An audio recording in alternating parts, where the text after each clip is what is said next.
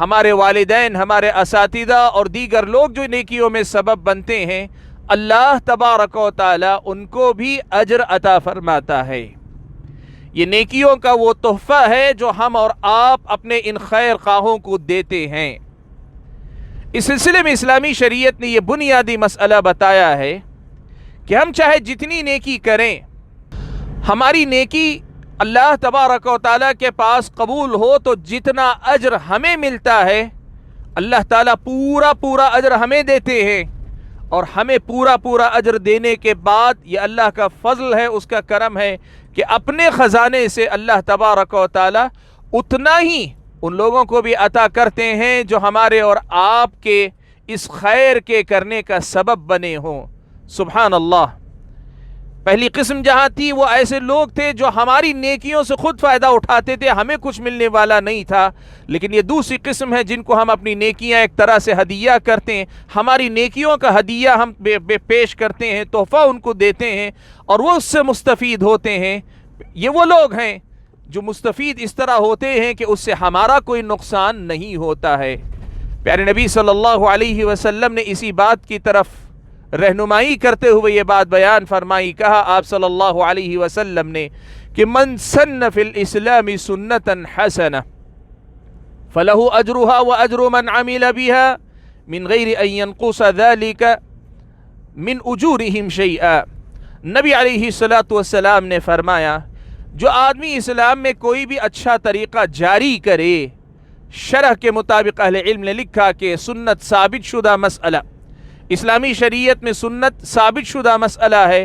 اب ایک آدمی اس ثابت شدہ مسئلے کو جاری کرتا ہے، یعنی سبب بنتا ہے اس سنت کے یا اس کام کے پھیلنے کا یا اس نیکی کے کیے جانے کا، تو اللہ تبارک و تعالیٰ نے فرمایا کہ اسے اس کا خود عمل کرنے کا اجر ملے گا، اور ساتھ میں اس کے بعد جو لوگ عمل کریں گے اس کے برابر، ان کے برابر اس آدمی کو بھی اللہ تبارک و تعالیٰ اجر سے مالا مال فرمائے گا۔